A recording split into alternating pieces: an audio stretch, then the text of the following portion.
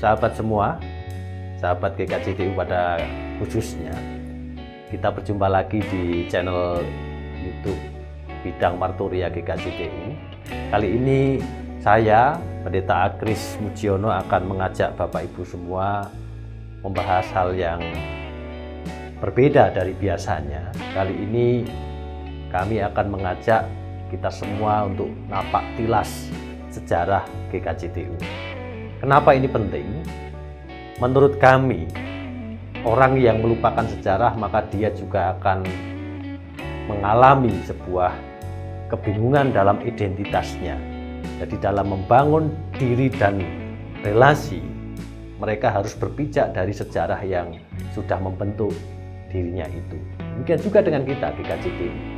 Kalau kita sampai melupakan sejarah yang ada di GKJTU, tentu hal itu akan sangat berbahaya di dalam kehidupan kita, khususnya dalam mencari identitas, pelayanan, pengajaran, bentuk daripada GKJTU. Maka dari itu kita akan lihat beberapa hal yang sudah kami lakukan dalam upaya napak tilas dari sejarah GKJTU ini. Untuk kali ini kita akan membahas tentang sejarah pada umumnya GKJTU, yang dimana menjadi situsnya adalah GKJTU Wonorejo. Untuk itu silahkan Bapak Ibu menyaksikan video yang akan kami tampilkan.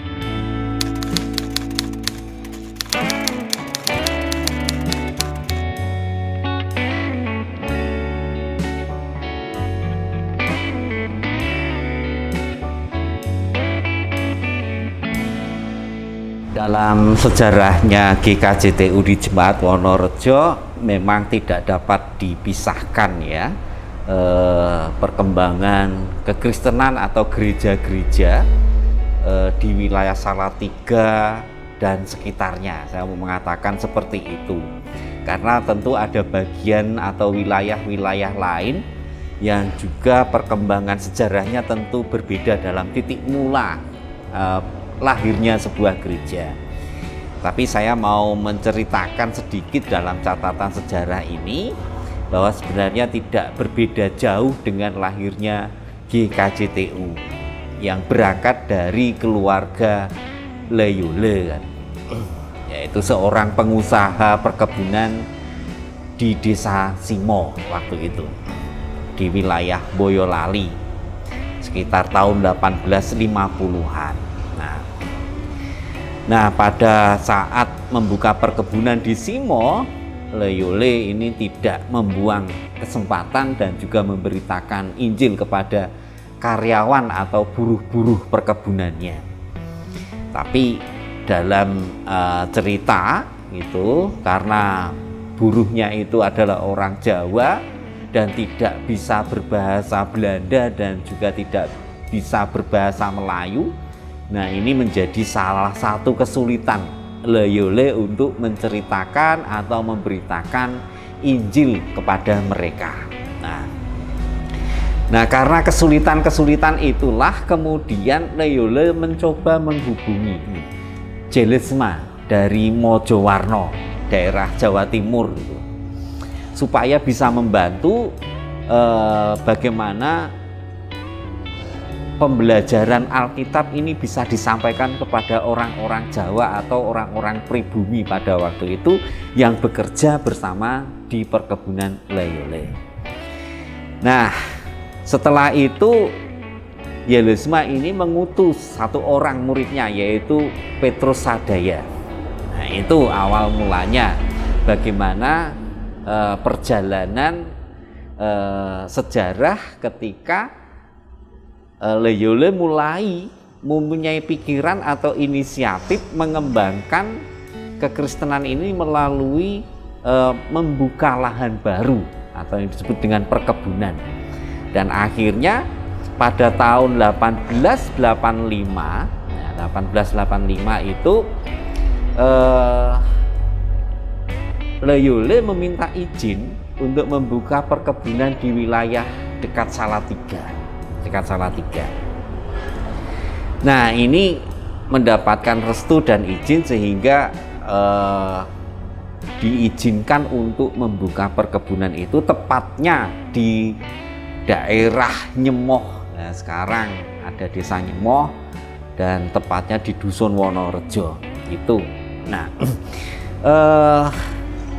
disitulah kemudian kekristenan di Wonorejo ini mulai berkembang melalui Loyola, tetapi tidak berjalan lama ya, dan juga dibantu oleh Petrus Sadaya pada waktu itu dalam proses kebaktian seperti itu. Nah, ya ibadah-ibadahnya waktu itu cukup sederhana. Setiap hari Sabtu mereka diajak belajar membaca Alkitab, kemudian hari Minggu juga diajak bersama-sama membaca Alkitab begitu. Nah, itu jadi tangan Petrus Sadaya inilah ada proses untuk ibadah-ibadah yang sederhana mungkin pada waktu itu seperti itu yang dilakukan. Nah, setelah Loyola itu kembali ke Belanda pada tahun 1857, kekristenan, orang-orang Kristen yang tinggal di Nyemoh itu ternyata semakin kecil, semakin berkurang. Nah, ini karena orang-orang Kristen atau pasamuan pada waktu itu ya masih tergantung kepada kunjungan-kunjungan oleh misionaris, terutama juga dari Husu yang sebenarnya bertugas di Semarang, yang jarang sekali ya mengunjungi desa Nyemoh atau pasamuan Kristen yang ada di Wonorejo ini. Nah, demikian juga Petrus Sadaya juga meninggalkan Wonorejo atau Nyemoh ini, sehingga perkembangannya itu sangat sulit, bahkan nyaris bisa dikatakan bubar begitu. Itu kenapa? Karena dalam catatan sejarah itu yang ditulis oleh Sending itu Husu itu sudah ditarik ke Semarang karena dianggap bahwa wilayah di Wonorejo atau Nyemoh itu sebagai wilayah yang gagal untuk pengembangan kekristenan gitu. Sehingga Husu hanya difokuskan untuk melayani di wilayah Semarang. Nah, tetapi dalam situasi yang memprihatinkan ini ternyata ada gairah baru. Ketika Debur diutus dari jemaat Ermelo sekitar tahun 1881. Nah, ini datang ke Nyemoh dan dijadikan satu dengan dusun yang lainnya yang disebut dengan Wonorejo ini untuk mendampingi dan melayani di Wonorejo. Nah, ini menjadi semangat yang baru. Nah, uniknya Debur ini bukan berangkat dari seorang teolog begitu, atau katakanlah pendeta begitu, tetapi dari petani, sehingga metode yang dikembangkan Debur untuk membina orang-orang Kristen yang ada di Nyemoh Wonorejo waktu itu dengan model pembinaan, pelatihan pertanian, peternakan. Nah, itu mereka Debur ini mendidik orang-orang Kristen ini untuk belajar pertanian dan peternakan. Nah, ini sebuah model yang awal mula dikembangkan, bukan hanya mengajar Alkitab saja. Nah, dalam perkembangan selanjutnya Debur dan kawan-kawan ini ya, itu ada Lewi, ada Elias, ada Yusuf waktu itu, yang mereka orang-orang pribumi melakukan perjalanan untuk menyebarkan kekristenan ini di wilayah Kaliceret, Tempurung, Keceme, dan Ngaringin. Nah, itu prosesnya sampai tahun 1884. Setelah pelayanan Debur di Wonorejo itu berakhir tahun 1888, nah, kemudian NM ini mengutus misionaris yang bernama August dan Margaret Janks. Itu mereka berasal dari Jerman.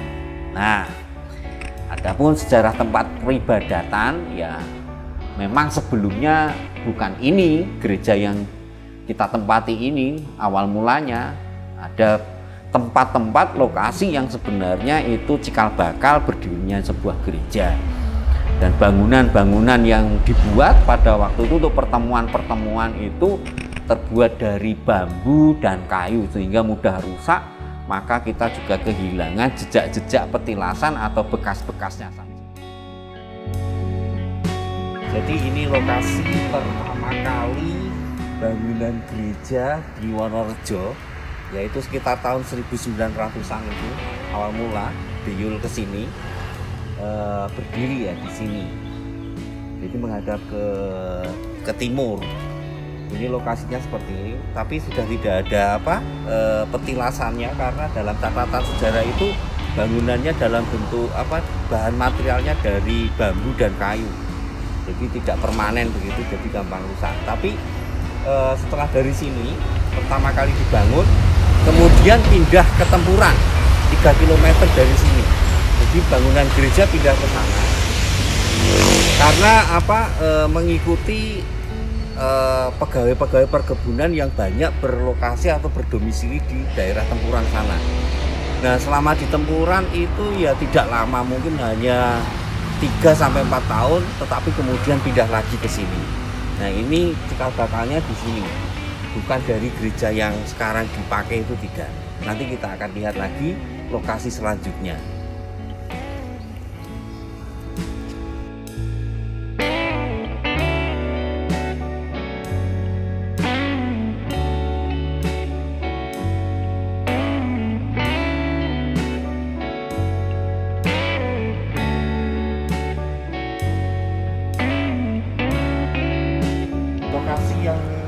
Bangunan yang kedua letaknya di sini.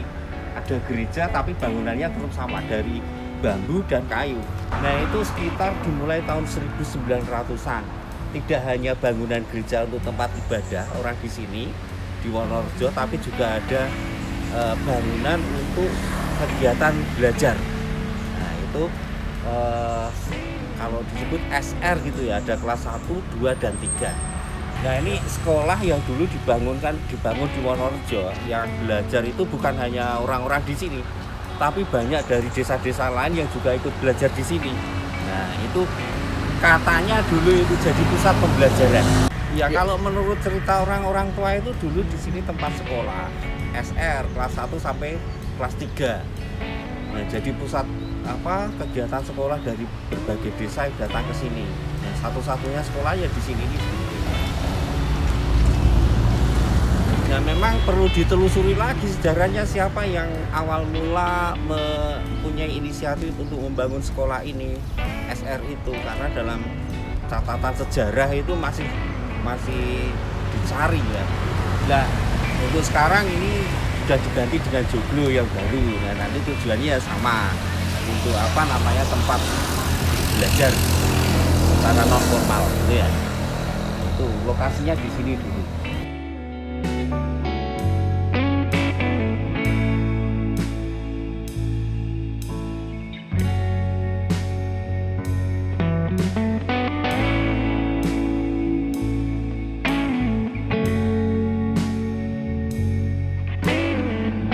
Jadi gereja yang kita tempati dan kita gunakan ini dibangun yang terakhir kali atau yang ketiga kalinya. Sekitar tahun 1930 gereja ini mulai dibangun. Ya, tetap dari bahan kayu dan bambu. Kalau kayunya itu dari Kedung Jati sana diangkut dengan kereta. Waktu itu masih ada kereta dari Ambarawa menuju ke Kedung Jati. Nah, itu kayu-kayunya diambil dari sana. Nah, tetapi ini sudah direhab lagi ya, karena sudah banyak yang lapuk, kayunya sudah tua begitu. Jadi harus ada diganti kan begitu. Nah, salah satu yang masih ini mimbarnya ini adalah mimbar yang dibuat tahun 1930 ketika awal mula gereja ini dibangun dan diresmikan. Jadi ini mimbar yang pertama dan ini masih digunakan sampai